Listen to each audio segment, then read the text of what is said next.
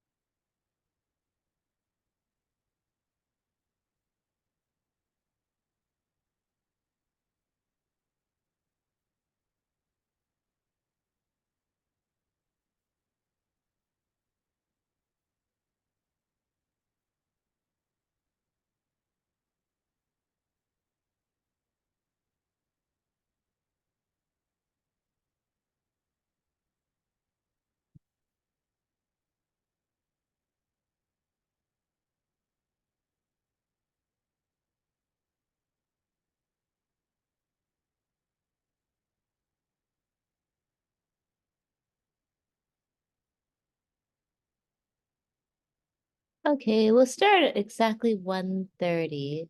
I'll wait a few more minutes.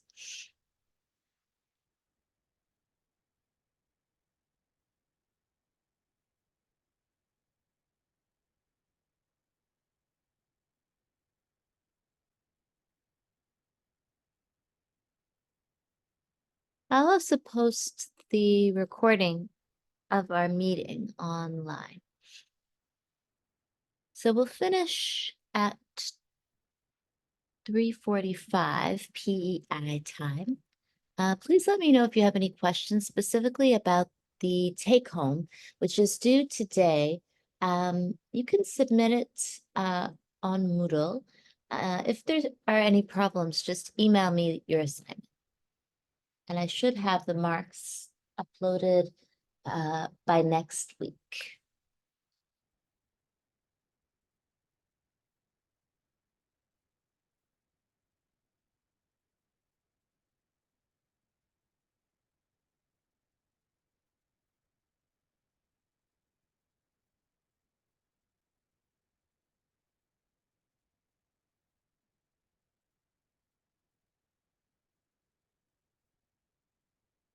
So the second assignment that is due is the presentation assignment, which is not due until after reading week. So it's actually due the week after reading week. So we have reading week. Reading week is the week of the 18th. And so I think the take home, presentations are due actually on Thursday, the 29th, I believe. It's the week after reading week. So, and then the final assignment is due. And that's all. If you have questions about the take home, let me know. You can email it to me if it's actually due at 5 p.m.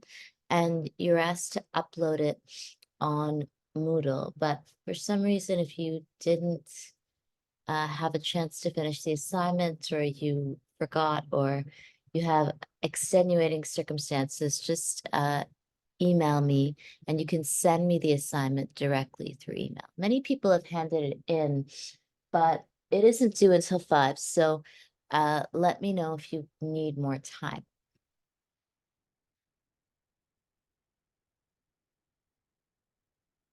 I know that because it's a solely online class, sometimes people can get uh, really busy and might forget that they have to hand things in. So if for some reason you haven't handed the assignment in, then just let me know and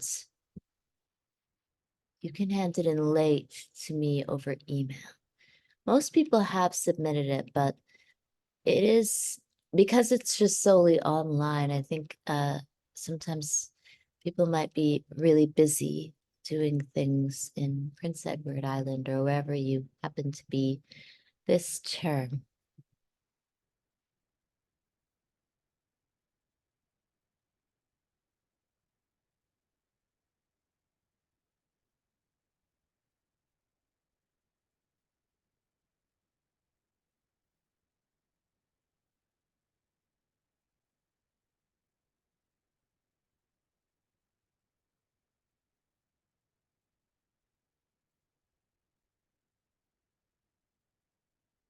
I tried to get rid of the waiting room so you can come directly in, but for some reason it's still there. So I have to let people in. Um, but I'll keep checking to make sure so that everyone can attend. Okay, so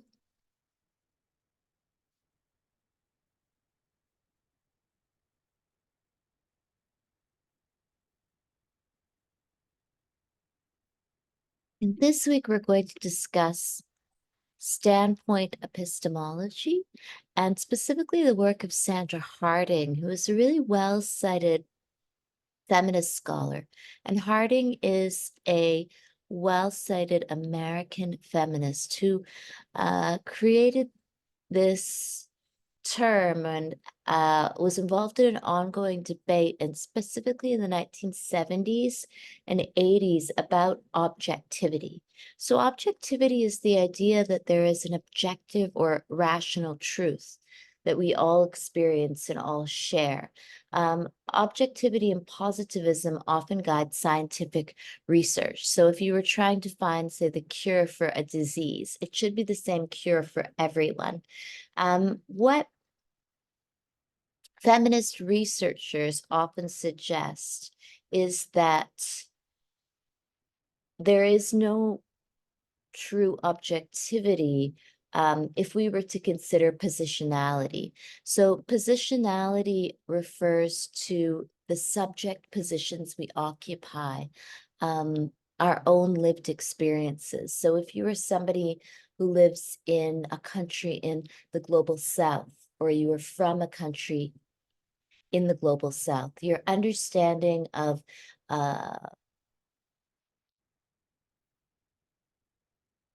class or expenses in Canada would perhaps be very different from somebody who was born and raised in Canada. So if you were born and raised in Canada, you might have had a Canadian bank account from the time that you were 16, and you might have also had uh, paid labor to do, or a family who also lives in Canada. And this is very different from the experiences of somebody who is from the global south, who might have only recently come to the global north, but might also have had experiences of living in a country without a free and equitable healthcare system, and might also have access or have only had access to a certain currency, which is not as strong as a currency in the global north.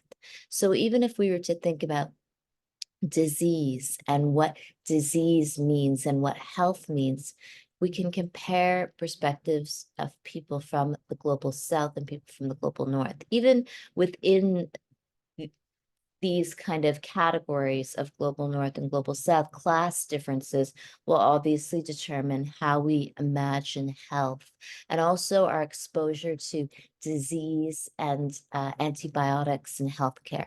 So Harding then was really interested in critiquing the sciences from a feminist perspective.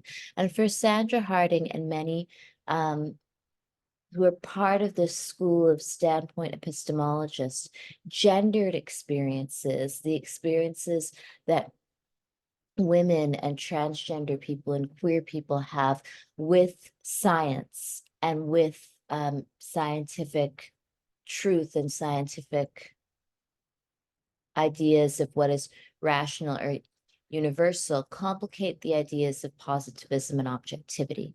So from a feminist perspective,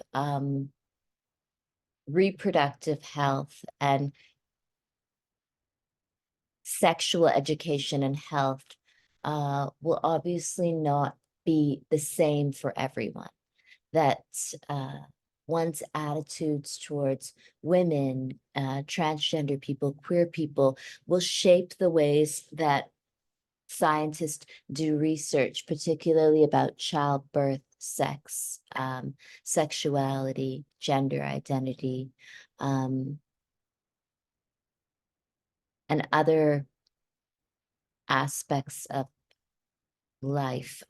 So I will play this clip of Sandra Harding.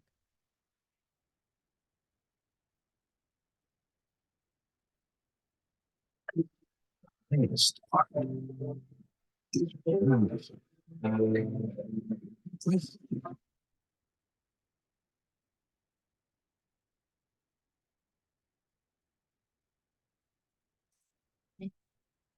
name is Sandra Harding. I recently retired a year ago from UCLA, where I have for 20 years been in the graduate department of education and with a joint appointment in women's studies. I got my doctorate in philosophy at UCLA in 19. So this is a clip of Sandra Harding, who is a very well-cited, famous feminist scholar who came up with this idea, or who created this school of thought, which was standpoint epistemology. And other notable feminists like Patricia Hill Collins has discussed Black standpoint epistemology. And many of these scholars and researchers worked together on these ideas during the 70s, 80s, and 90s. So this is a clip of Sandra Harding discussing standpoint feminist theory. My name is Sandra Harding. I recently retired a year ago from UCLA, where I have for 20 years been in the graduate department of education and with a joint appointment in women's studies. I got my doctorate in philosophy at UCLA in 1973. And before I came to UCLA, I taught for 20 years at the University of Delaware.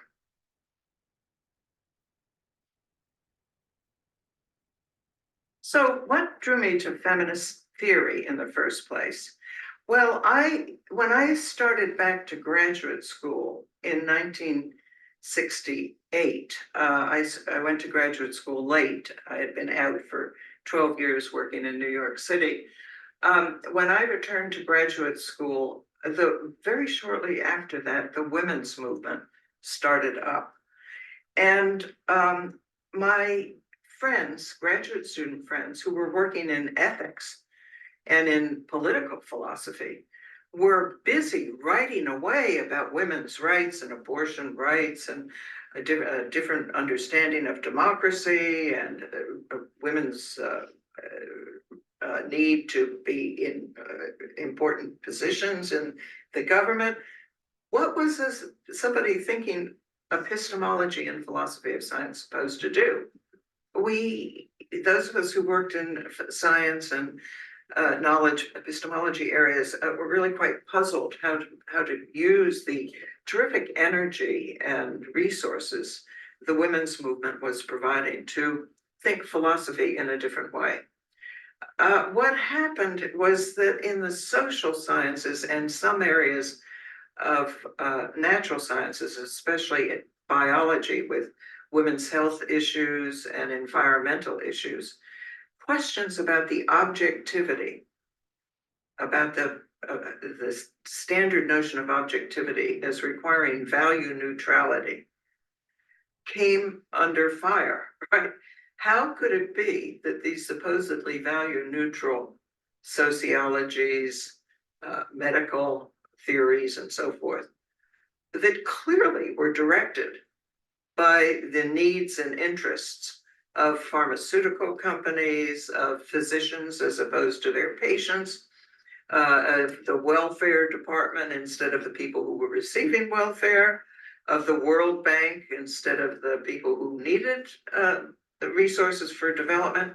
How could it be that this was value neutral? It clearly wasn't. And so we started putting together, talking to people in the other disciplines that had these epistemological and philosophy of science concerns. So in my case, we would put together panels at AAAS or American Philosophical Association or the American Political Science Association. And we'd have on the panel, it would be me from philosophy and Nancy Hartsock from political theory and Ruth Hubbard from biology and somebody else from sociology. And we do parallel play. If any of you have had a 2-year-old or been near a 2-year-old, you know what I mean by parallel play. The two little kids sit in the sandbox and they look at each other and they play completely separately. One builds a sandcastle, the other builds a sandcastle. They look at each other, it's parallel play. And that's what we did on the platform at these conferences. We each talk about the lack of objectivity, of the presence of all kinds of white elite male class and race values that were shaping what counted as research, what counted as good research. And we slowly began to develop a series of questions about the natural sciences and the social sciences that took on the conceptual apparatus of those fields. As the sociologist of knowledge, Dorothy Smith, put the point, in modern bureaucratic societies like ours, ruling is often largely a matter of manipulating concepts, right? What counts as a citizen, right? How should we conceptualize a citizen, right? How should we conceptualize a legitimate resident of this country, right? How should we conceptualize women's rights to control our own bodies, and so forth? How do I define feminism? Well, I think of feminism in the plural, feminisms. There are different feminisms for different groups of women and men in different places in history and around the world.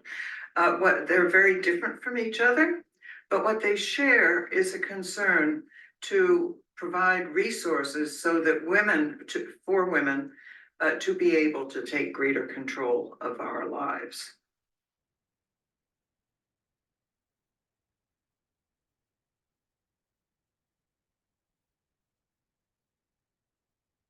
So what is this article about? Well, first of all, I have to note an odd thing about standpoint theory, and that is that it has remained extremely controversial. People object to it all the time on all kinds of grounds. And this is, nevertheless, it's now 40 years old. It's been this supposedly inadequate theory has persisted for 4 decades. That tells you that there's something going on here that needs a little more thought.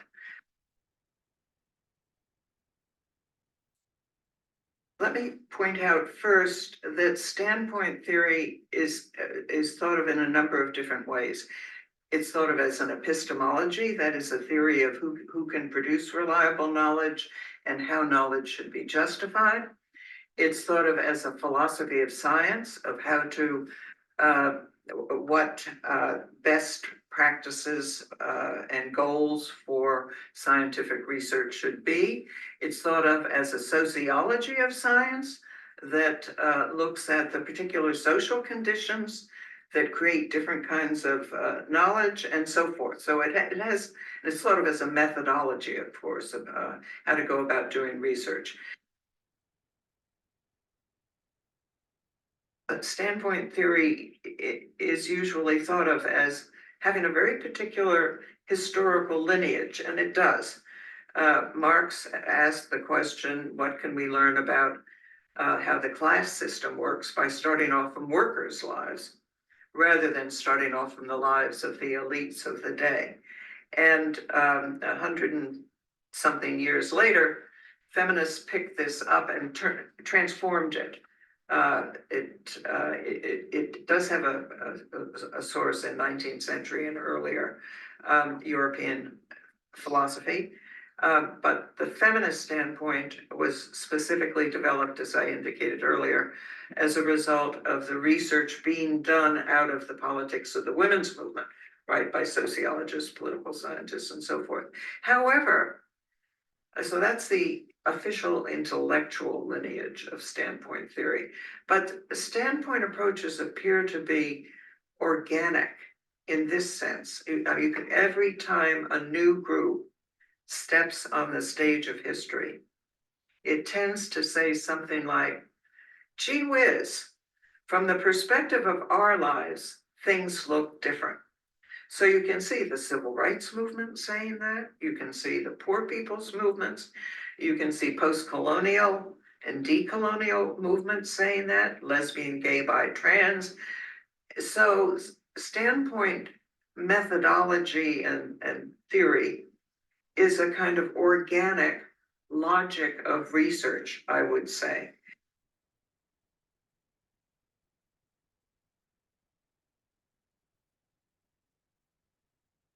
In the article, I talk about three sites of controversy in standpoint theory.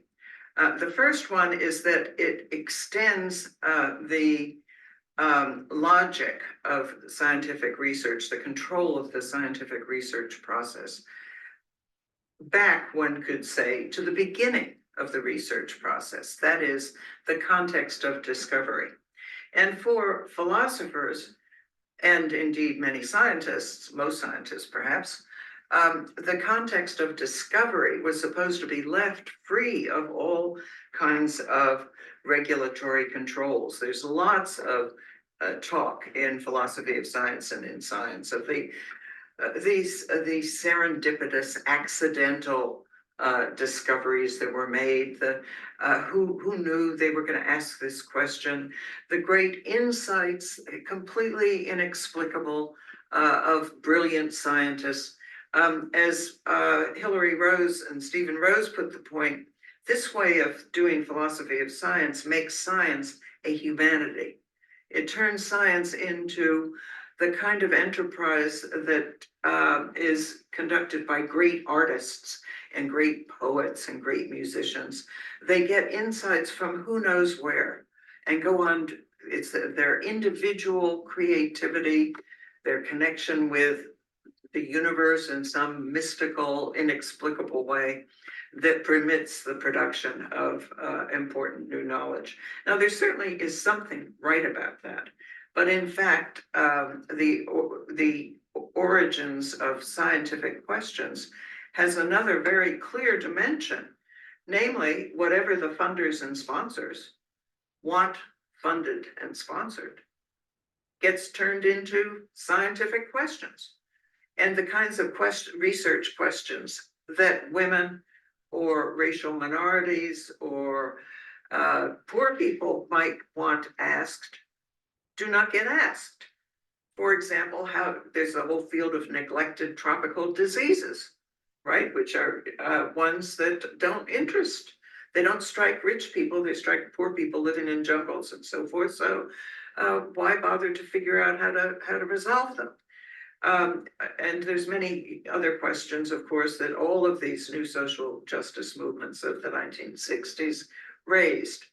That had not gotten to the beginning of the official research process. So standpoint theory says that who gets to decide what counts as a scientific question is a very important part of the research process. And we social justice movement people want different questions asked than those that have been asked only by pharmaceutical companies, by militaries, by national governments trying to control their population, their prisons, and so forth. So that's one site of controversy. And it should be, I'm arguing, controversial.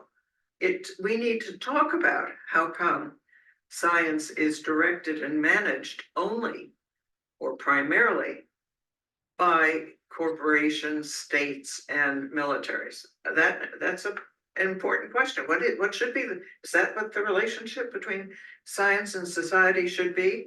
Is everything we want to know going to be produced by sciences that respond only to the concerns of those groups? So that's the first side of controversiality that I think is important.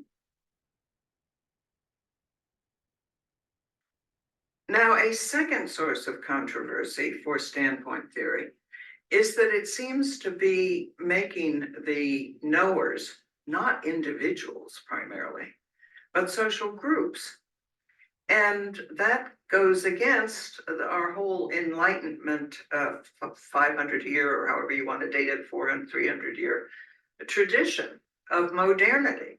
It's individuals who are agents of knowledge and of political action. And yet standpoint theory seems to be saying it's groups of people. It's women, it's poor people, it's Latinas, it's disabled people. These groups of people are the subjects or agents of knowledge. And so that should be controversial. There should be, good defenses of both sides of that question. But certainly I'm interested to defend the counter dominant view that in fact, what people do both enables and limits what they can know. We all have maps of our cities, but if you travel the city on a motorcycle or a car, or go through it on a train, or fly over it, or walk it, or bike it, or push a baby carriage, or a walker around it, you'll have a very different map of the city in each case. You'll know different things about how to get from here to there, according to how you are able to interact with your environment as you travel. So the fact that different groups gain different kinds of knowledge, of course, each person's knowledge is individual. Each of us individually knows things that nobody else knows. Yet we share certain kinds of experiences because of the kinds of obligations and duties and opportunities created in our lives. Not everybody takes care of small children, the elderly, and the sick. People who do that will have certain kinds of knowledge, not only of small children, the elderly, and the sick, but of the dominant social institutions that are supposed to be providing resources or not for those groups. So the second point of controversiality here is to understand that knowledge is always a social product, as well as something produced by particular individuals. They're always located in certain historical moments, certain geographical places, certain cultures, and certain ways in which those cultures and geographies and histories interact. So knowledge is both individually produced and produced through group experiences.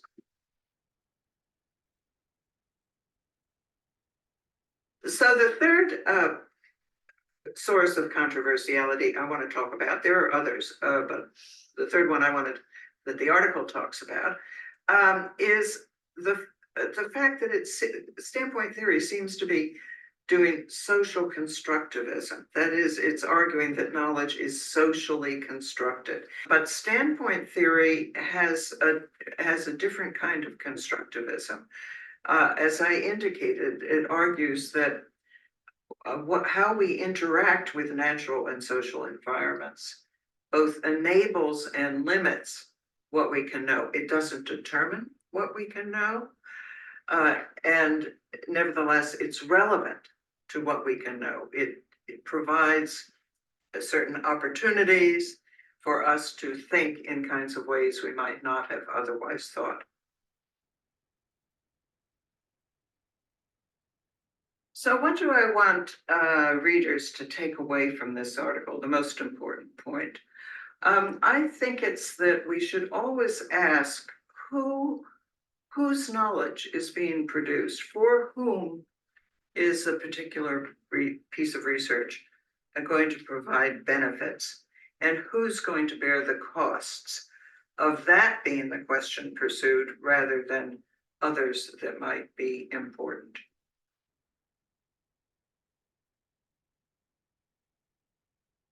Do I want to give advice to young people today?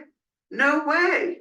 I have no idea what the world you're living in now, let alone the one you're going to be living in, is about. And you will find your own ways to ask the kinds of questions that are important for you to ask.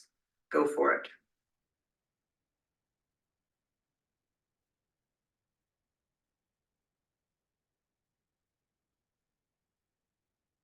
So the article from this week's readings, or the article that is listed in the syllabus for this week, is has been written by Sandra Harding. It discusses objectivity and critiques of science in detail. For almost 2 decades, feminists have engaged in a complex and charged conversation about objectivity. Its topics have included which kinds of knowledge projects have it, which don't, and why they don't. Whether the many different feminisms need it, and if so, why they do, and if it is possible to get it, how to do so.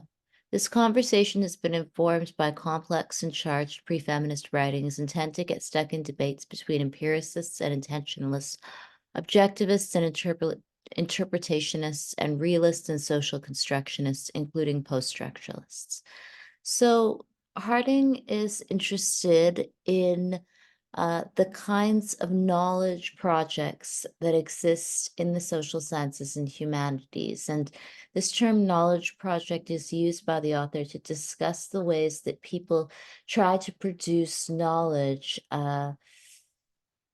often from this vantage point of universalism. And what standpoint theory argues is not only that positionality frames all truth claims and all ontological claims, but standpoint theory also suggests that those who are the most marginalized people within any society have a particular vantage point that allows one to create research questions that are important and that would allow us to work on questions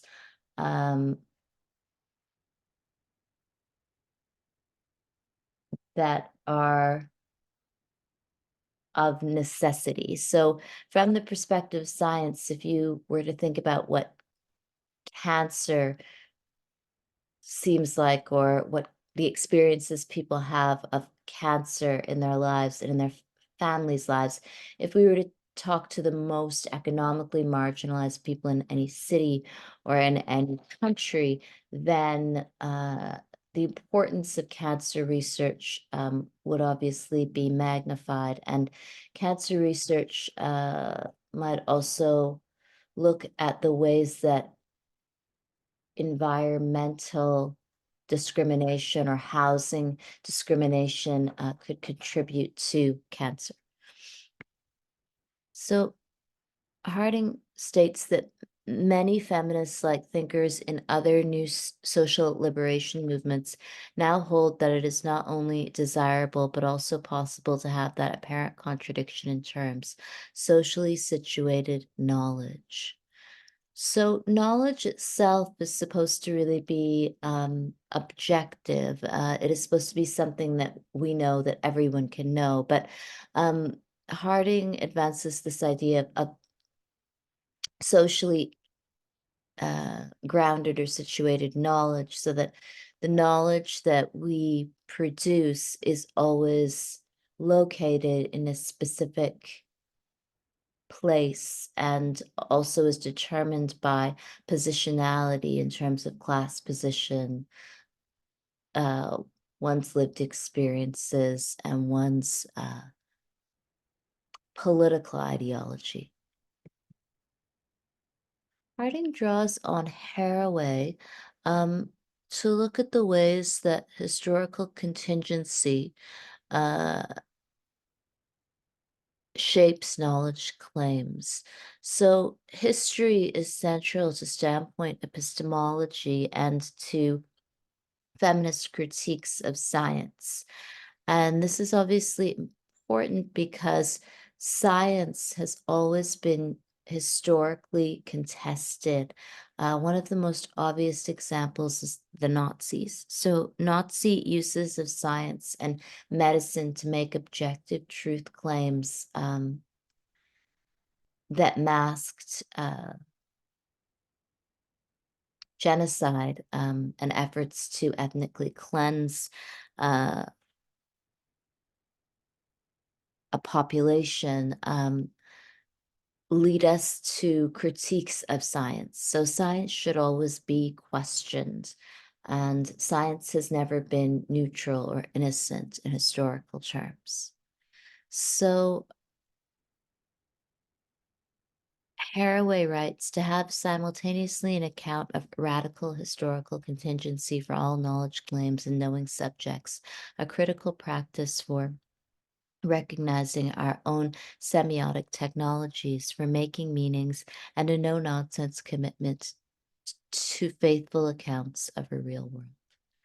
So this idea of radical historical contingency for knowledge claims and knowing subjects is about recognizing our semiotic technology. So semiotics is really the study of language, and what interests Haraway and Harding, and also Patricia Hill Collins, who wrote a book called Black Feminist Thought.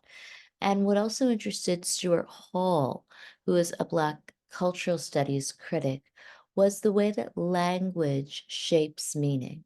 So the ways that we use language and the terms that we use to describe something or someone obviously frame our research. The idea of objectivity or objective truth is complicated if we think about language. And this is something that also interests Judith Butler, whose theories about performativity draw on J.L. Austin's How to Do Things with Words.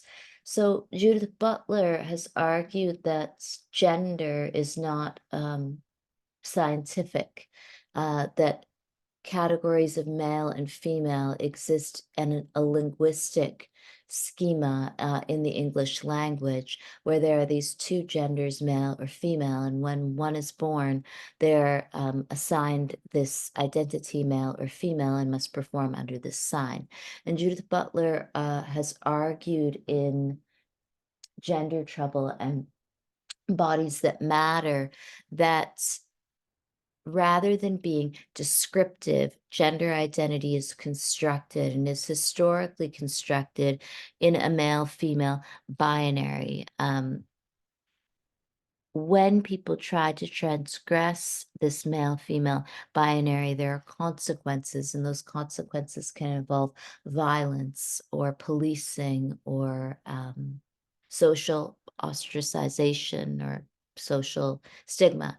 So language then shapes science as much as history does. And the kind of historical claims that one can make about, say, health or science or truth or rationality often involve certain uses of language. So terms like they or them or transgender are terms that we use now, and in a different time and place, someone might not have used this language, which means that scientific research would have been very different. So Harding writes, the standpoint epistemologists, and especially the feminists who have most fully articulated this kind of theory of knowledge, have claimed to provide a fundamental map or logic for how to do this. Start thought from marginalized lives and take everyday life as problematic. So, if we were to start thought from marginalized lives, from people who are marginalized by the gender binary and take everyday life as problematic, we can think about contemporary debates regarding gender identity and transgender identity and non binary identity in Canada. So, Bill C 16 is federal Canadian legislation that adds gender identity and gender expression to the Human Rights Act and the Criminal Code.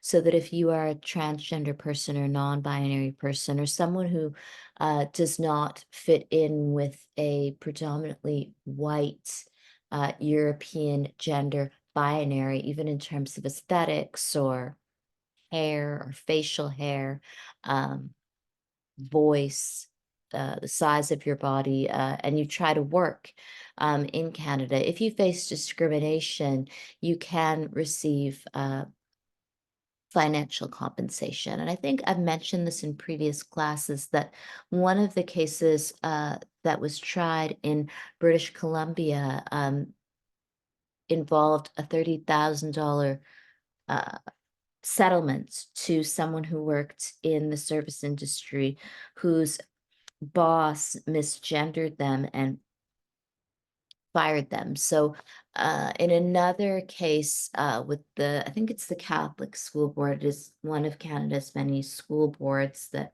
presides over the school system. A teacher was offered almost $80,000 in compensation for discrimination because of gender identity and gender expression. However, they turned down the out of court settlement and the case is going on and it could go to the Supreme Court of Canada. So, this kind of expectation of supposed nature in terms of gender identity is not an expectation that a law abiding person could have in business.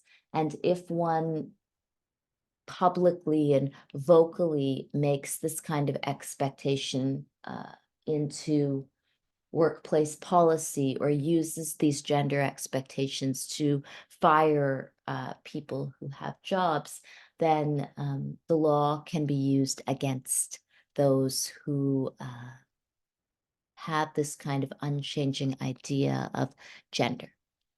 So these maps are easy to misread if one doesn't understand the principles used to construct them. Critics of standpoint writings have tended to refuse the invitation to have it both ways by accepting the idea of real knowledge that is socially situated. So,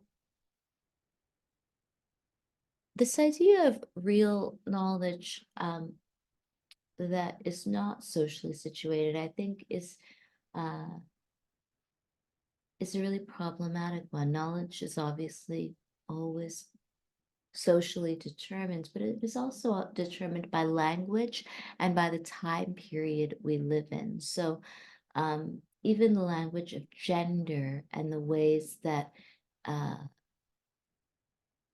the family and the cisgender heterosexual family was kind of used um, to mediate between the South and the Canadian healthcare system has changed over time. So, in a different time period, a medical doctor would have often seen an entire family. But now this has changed, and medicine has changed, specifically attitudes towards reproductive technologies and the gendered body have changed a great deal, specifically in Canada because of the law. So originally, feminist empiricism, writes Harding, arose as the spontaneous consciousness of feminist researchers in biology and the social sciences who were trying to explain what was and what wasn't different about their research process in comparison with the standard procedures in the field. They thought that they were just doing more carefully and rigorously what any good scientist should do. The problem they saw was one of bad science. Hence, they did not give a special name to their philosophy of science. I gave it the name feminist empiricism in the science question in feminism, to contrast feminist standpoint theory with the insistence of empiricism's proponents that sexism and androcentrism could be eliminated from the results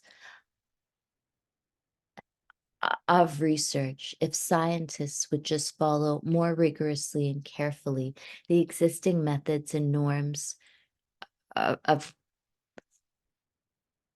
research, which for practicing scientists are fundamentally empiricist ones.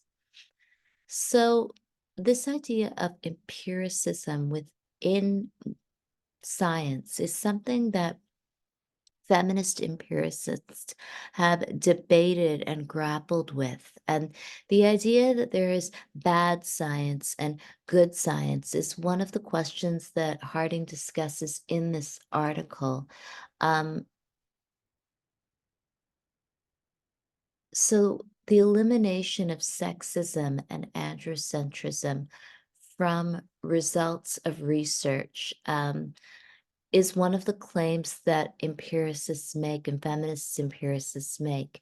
However, standpoint theory is different in the sense that I think that standpoint theory begins before research is done. So, where these scholars begin their intervention into science changes. So, that if we were to look at standpoint theory as a theory that tries to center the most marginalized people and frame scientific research in terms of the most marginalized people, then that is different than empiricists who would question the outcomes of um,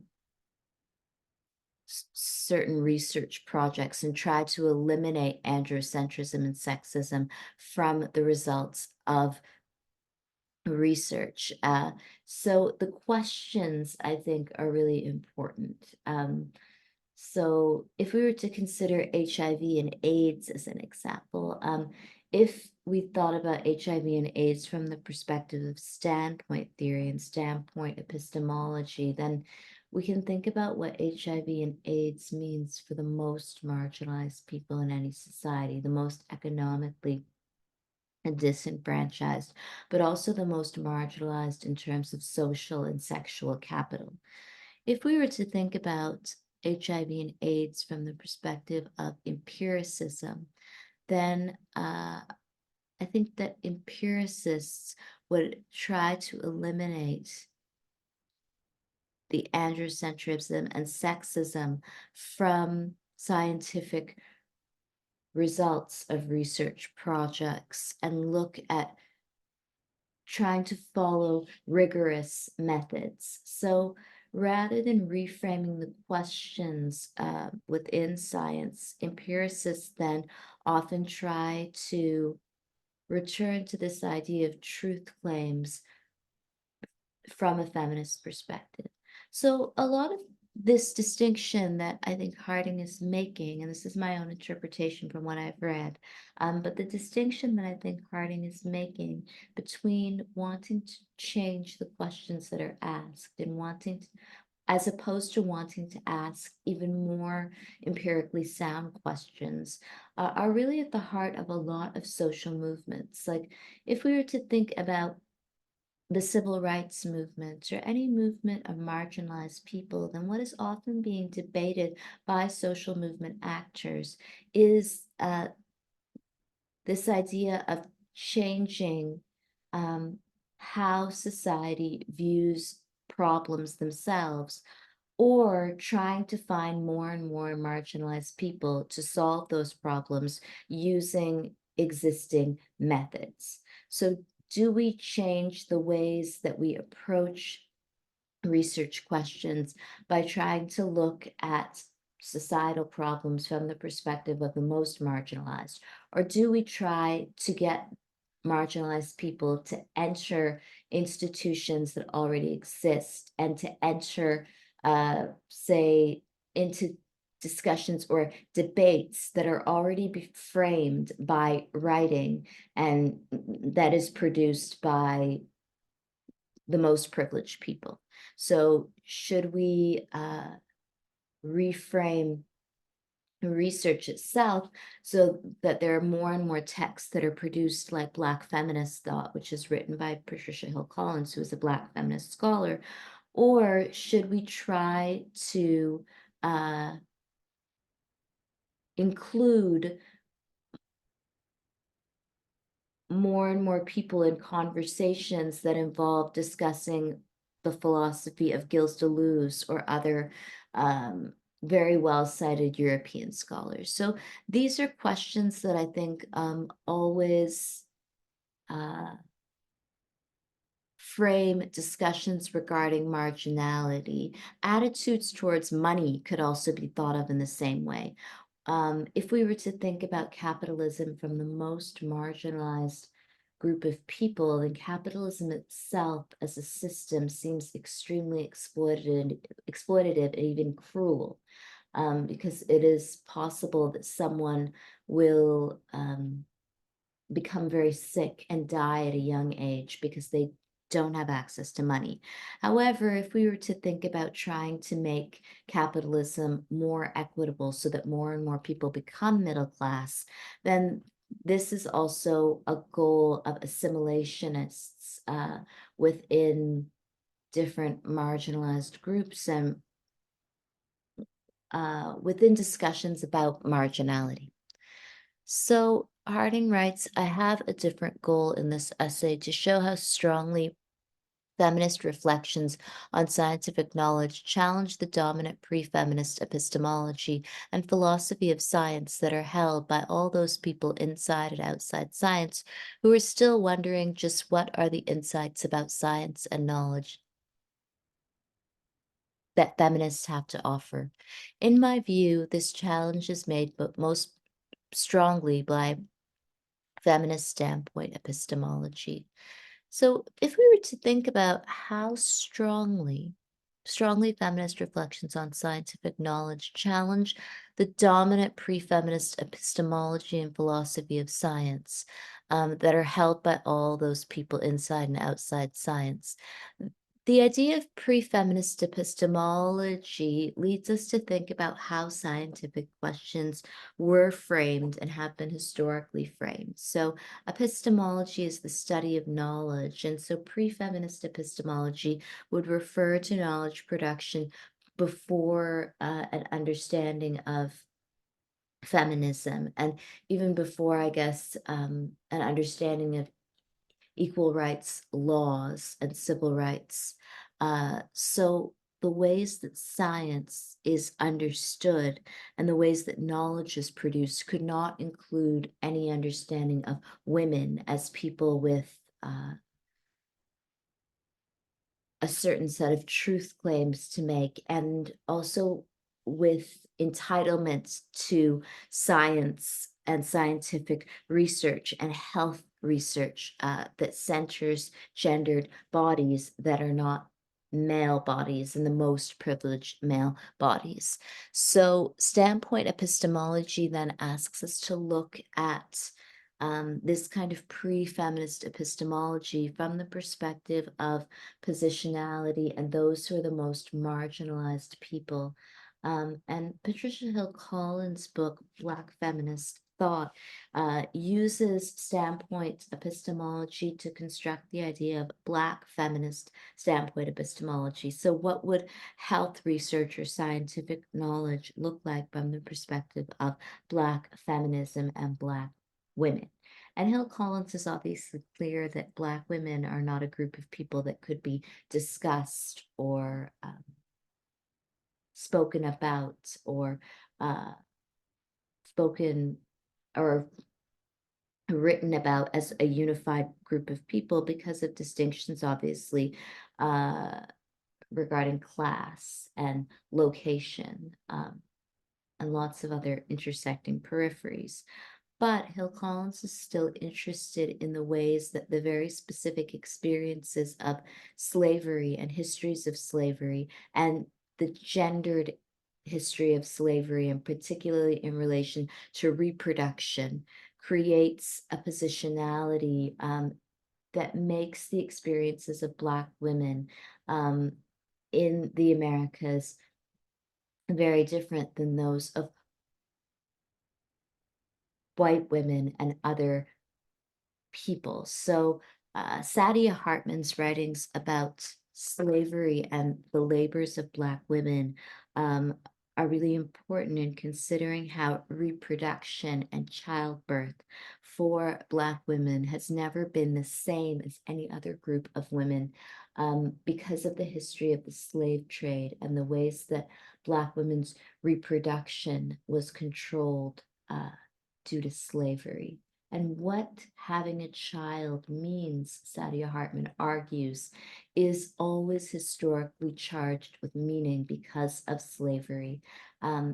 To give birth to a slave or a free person was the condition and the historical condition of Black women in the United States of America. And the kind of paid labor and the kind of reproductive labor that Black women were forced to do and then went on to do after the end of slavery will never really be the same as any other group of people. So to try to make truth claims about reproductive healthcare or childbirth in America obviously does not make sense in universal terms. Another obvious example now is abortion and the banning of abortion. So many states in the United States of America have completely banned abortion.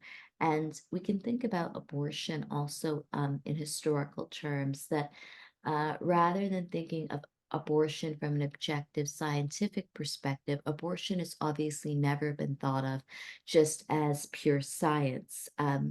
The ideological meanings attached to childbirth shape the scientific understanding of abortion, even the kind of research that one could do in the sciences in, say, Alabama, where abortion has been banned, obviously will change. But even historically, this kind of pre-feminist epistemology is challenged by standpoint epistemology because standpoint epistemologists like Hill Collins and like Harding would ask us to think about what science and the study of childbirth would mean in a state where childbirth was always about slavery and was always kind of dependent on this history of slavery and efforts to give birth to certain populations of people who could be controlled as slaves. So the article then discusses this distinction between feminist empiricists and standpoint epistemologies in detail. And I think that Harding's work and this work of standpoint epistemology and also feminist theorists who question science and the universality of the production of scientific research are extremely important in this time, particularly after the historic Dobbs ruling and efforts to ban abortion throughout the United States of America. Science has never obviously been neutral, and it will continue to obviously be extremely gendered. Debates regarding transgender rights are obviously not neutral as well and involve all of the kind of emotions that are attached to childbirth and gender identity and to cis normativity and to um, religious meanings of the human body.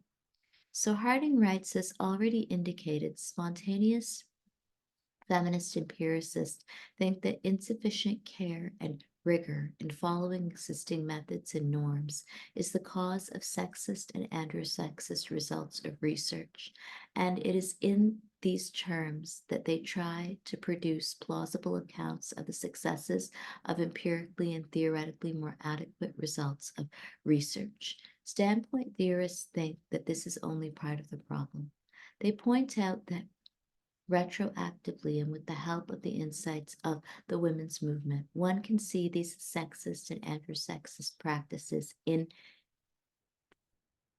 the disciplines. However, the methods and norms in the disciplines are too weak to permit researchers systematically to identify and eliminate from the results of research those social values, interests, and agendas that are shared by the entire scientific community or virtually all of it.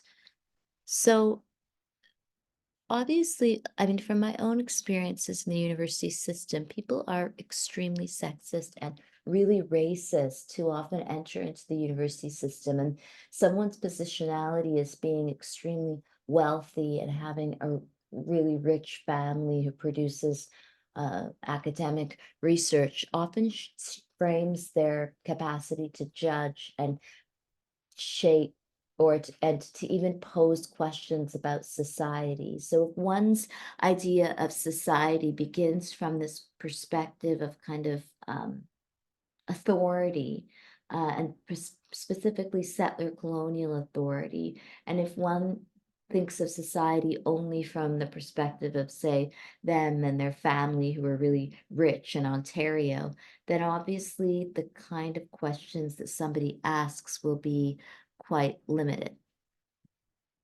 Objectivity has not been operationalized in such a way that scientific method can detect sexist and androcentric assumptions that are the dominant beliefs of any age, that is, are collectively versus only individually held. As far as scientific method goes, the feminist empiricist defenses of it is entirely serendipitous when cultural beliefs that are assumed by most members of a scientific community are challenged by a piece of scientific research. Standpoint theory tries to address this problem by producing stronger standards of good method, ones that can guide more competent efforts to maximize objectivity. Um, so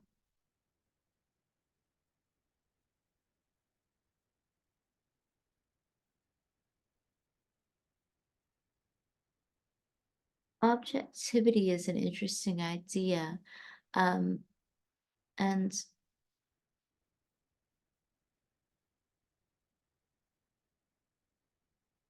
rather than kind of arguing that personal social location will complicate objectivity, what standpoint theorists have argued is that producing these stronger standards where one has to locate oneself in one's research and challenge one's implicit or explicit biases based on positionality will actually lead to greater capacity to do meaningful work. So if you were to produce research about the city that you live in, like Charlottetown, obviously what Charlottetown looks like from the perspective of, say, students at the university would be very different than other sections of the population who might not have attended university. And the kinds of questions that we ask are obviously always geographically located, and the ways that we even understand what truth is or what good and bad are, right and wrong, often are dependent upon our social location, our sensibilities, and really about our class position. So Harding further discusses spontaneous empiricism, and the article looks at these two sets of ideas: spontaneous feminist empiricism and standpoint theory and epistemology. It is spontaneous feminist empiricism's great strength that it explains the production of sexist and non-sexist results of research with only a minimal challenge to the fundamental logic of research as this is understood in scientific fields, and to the logic of explanation as this is understood in the dominant philosophies of science. Spontaneous feminist empiricists try to fit feminist projects into prevailing standards of good science and good philosophy. This conservatism makes it possible for many people to grasp the importance of feminist research in biology and the social sciences without feeling disloyal to the methods and norms of their research traditions. So much like assimilationist strategies, which would kind of add words about feminism to investment banking or pharmaceutical care. Spontaneous feminist empiricism really kind of adds existing or adds feminist critique to existing scientific research rather than standpoint epistemology, which would ask us to reframe a lot of scientific questions and methods from the perspective of the most marginalized people. Spontaneous feminist empiricism appears to call for even greater rigor in using these methods and following these norms. However, this conservatism is also this philosophy's weakness. This theory of knowledge refuses fully to address the limitations of the dominant conceptions of method and explanation, and the ways the conceptions constrain and distort results of research and thought about this research, even when these dominant conceptions are most rigorously respected.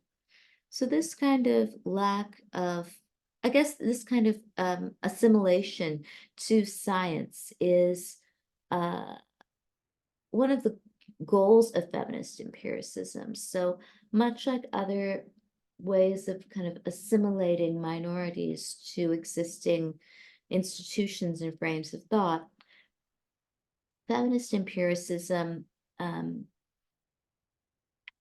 adds a feminist lens to scientific method. This is different from standpoint theory. And so standpoint theory is really an intellectual tradition, and it often involves, I think, more utopian ideals of changing the world through research rather than uh,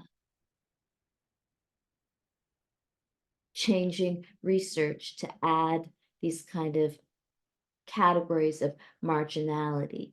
So the intellectual history of feminist standpoint theory is conventionally traced to Hegel's reflections on what can be known about the master-slave relationship from the standpoint of the slave's life versus that of the master's life, and to the way Marx, Engels, and Lukács subsequently developed this insight into the standpoint of the proletariat, from which have been produced Marxist theories of how class society operates.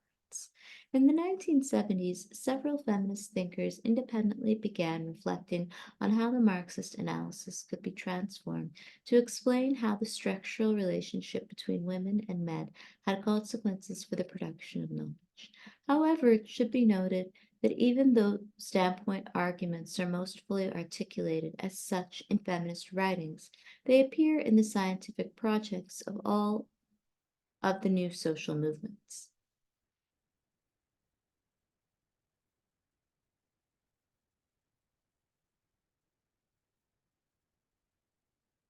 So, standpoint theory is a really radical set of claims that comes after this long history of Marxist thought. And at the core of Marxism is this idea of class revolt for the working class. And so the point of doing standpoint research, or the point of constructing research from the perspective standpoint of epistemology and the most marginalized people, is to use this research to challenge or change the condition of the most marginalized and the most economically disenfranchised people. So the 1970s was a time when many American feminists were part of consciousness raising circles and groups, um, which involved reflecting on one's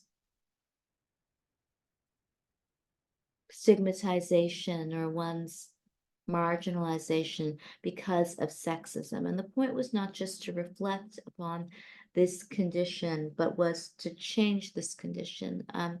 However, it should be noted, as Harding writes, that even though standpoint arguments are most fully articulated as such in feminist writings. They appear in the scientific projects of all the new social movements. So many social movements have drawn on standpoint epistemology, and Phil Collins' writings about Black feminist epistemology also discuss race and racism and the ways that, say, equality or everyday social interactions appear from the perspective of the most racially excluded or marginalized people. The starting point of standpoint theory and its claim that is most often misread is that in societies stratified by race, ethnicity, class, gender, sexuality, or some other such politics shaping the very structure of a society, the activities of those at the top both organize and set limits on what persons who perform such activities can understand about themselves and the world around them. So Harding is interested in this essay in discussing this idea of hierarchy and who produces knowledge and how they produce knowledge and how hierarchies of class and race and gender shape knowledge production. There are some perspectives on society from which, however well-intentioned one may be, the real relations of humans with each other and with the natural world are not visible. In contrast, the activities of those at the bottom of such social hierarchies can provide starting points for thought, for everyone's research and scholarship, from which humans' relations with each other and the natural world can become visible. So, if we were to think about activities of those who are the most marginalized, the activities of those at the bottom of such social hierarchies can provide starting points for thought, for everyone's research and scholarship, from which humans' relations with each other and the natural world become visible. So, it's interesting to think about, I guess a question that I had in reading it was about morality and the ways that moral subjects and even social justice itself is framed by hierarchy. So, if we were to think about who produces language and knowledge about social justice, about morality, as opposed to who is supposed to be moral, I think it is a question of class. So many middle class people produce a lot of writing and theory and academic knowledge about social justice. They might write books about social justice, or they might uh, produce artistic work about social justice, but often it is the working class and the poor that are really called upon to be moral subjects, to engage in actual community building, to be part of communities that involve helping actual people rather than just using this language of social justice. So I think it's interesting to think about the difference between activity and knowledge production. Um, and I guess I don't know if it's really fair for to ask people who are working class or to ask women to constantly do kind of moral work or care for others or to do unpaid labor, while those who are the most privileged people are producing knowledge at a distance, which often involves one's own name, one's own economic earnings, and one's disposable income, which they can spend in whatever way they want to. So I'll finish with this clip about the banning of abortion, and I'll play this clip, and then I'll finish by asking you if you have any questions about the lecture. But even I get what's probably more important in terms of grading is the test. So I'll play this clip, and then we can have a discussion about the test if you have any questions or the reading.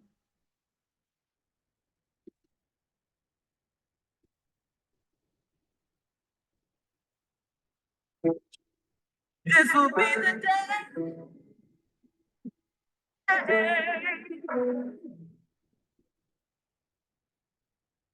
Create your happy place with bedroom furniture from Article. With so many beds, storage options, and decor styles to choose from, you're sure to find a look you'll love, and you can relax.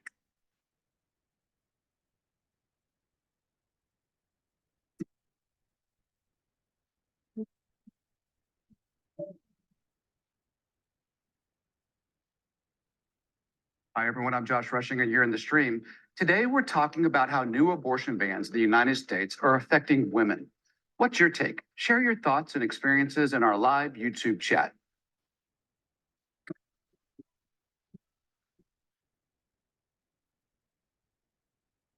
It's been more than 100 days since the Supreme Court overturned Roe v. Wade and ended the constitutional right to abortion. The procedure is now banned or severely restricted in more than a dozen states. That means that 1 in 3 women now live in a state with no abortion access, putting them at risk for worse health outcomes. The bans are also having some unintended consequences. Some states are restricting medicine used to treat illnesses like cancer and lupus because they can also be used to end a pregnancy. Physicians are hesitant to treat those with high-risk pregnancies. Listen to this doctor's take. We take this oath to do no harm, and I feel like the law is forcing me to not practice that oath. We had a patient recently whose fetus had a diagnosis of anencephaly, meaning that sort of the top part of the fetus's skull had not formed. This is a lethal diagnosis. This is not something where that baby can survive outside of the womb. Before the Dobbs ruling, we would have been able to care for her at the same hospital where she delivered her last 2 children. Now, because that fetus still had cardiac activity, we had to refer her out of state.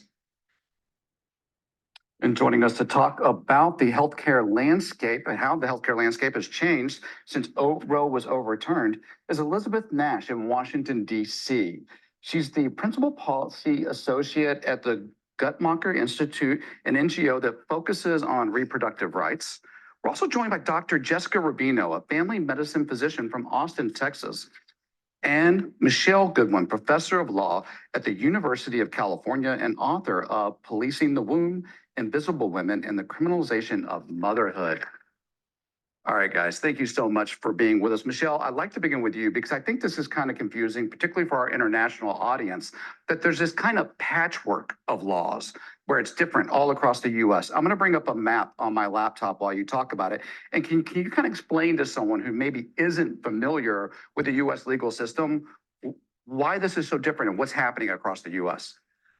They would be right to be confused of those who are abroad and also in the United States. So after the Supreme Court's ruling in Dobbs v. Jackson Women's Health, the Supreme Court struck down Roe v. Wade and Planned Parenthood v. Casey, leaving states to do whatever they want with regard to abortion. So that meant that the state of Mississippi could say no abortions in our state with no exceptions for rape or incest.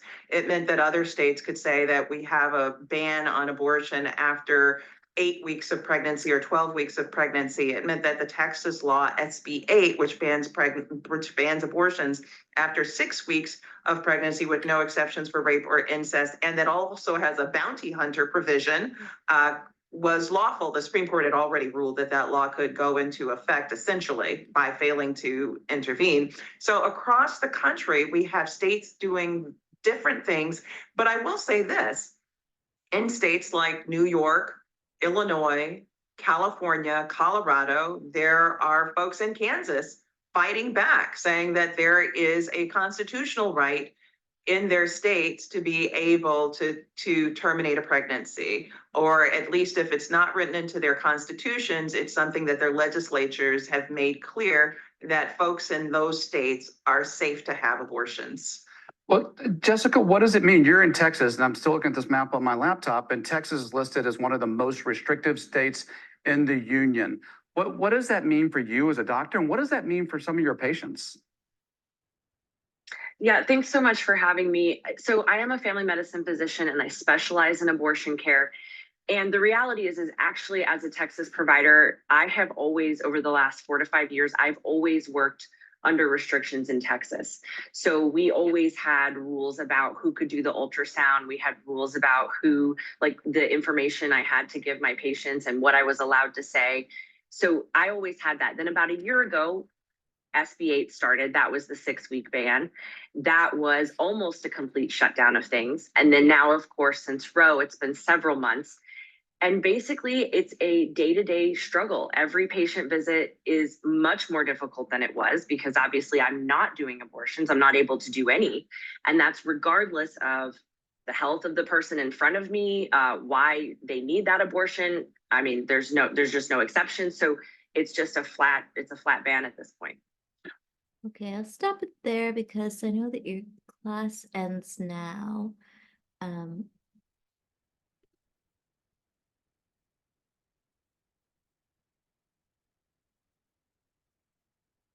So, do you have any questions about the test or the readings? The test is due today at 5 p.m. and you can submit it on Moodle. If for some reason you cannot upload it, you can email it to me. And if you need more time, you can also email me. Are there any questions about the reading, the test? Hopefully we'll have more of a discussion on Thursday. We can start by having a discussion about these readings regarding standpoint feminist epistemology and specifically the idea of objectivity in science. I think it's a really interesting discussion now because of all the debates regarding abortion. Any questions about the test? The presentation is not due until after reading week, so it will be due on Thursday, the 29th. So hopefully you have a chance to hand in the test today.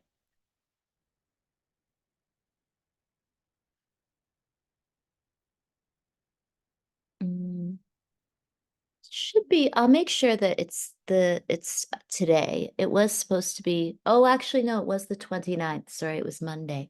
Yeah, so it's due yesterday. So hopefully everyone handed it in. If you didn't, please email me.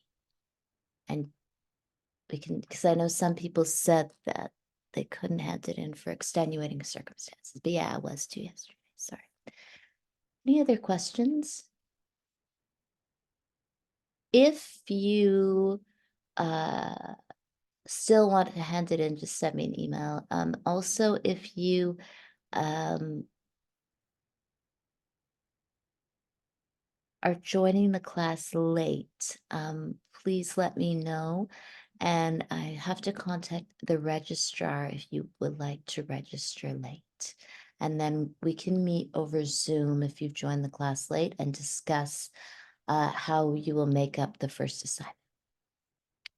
Okay, that's all. Thank you. I hope that you're all doing well and we will meet on Thursday.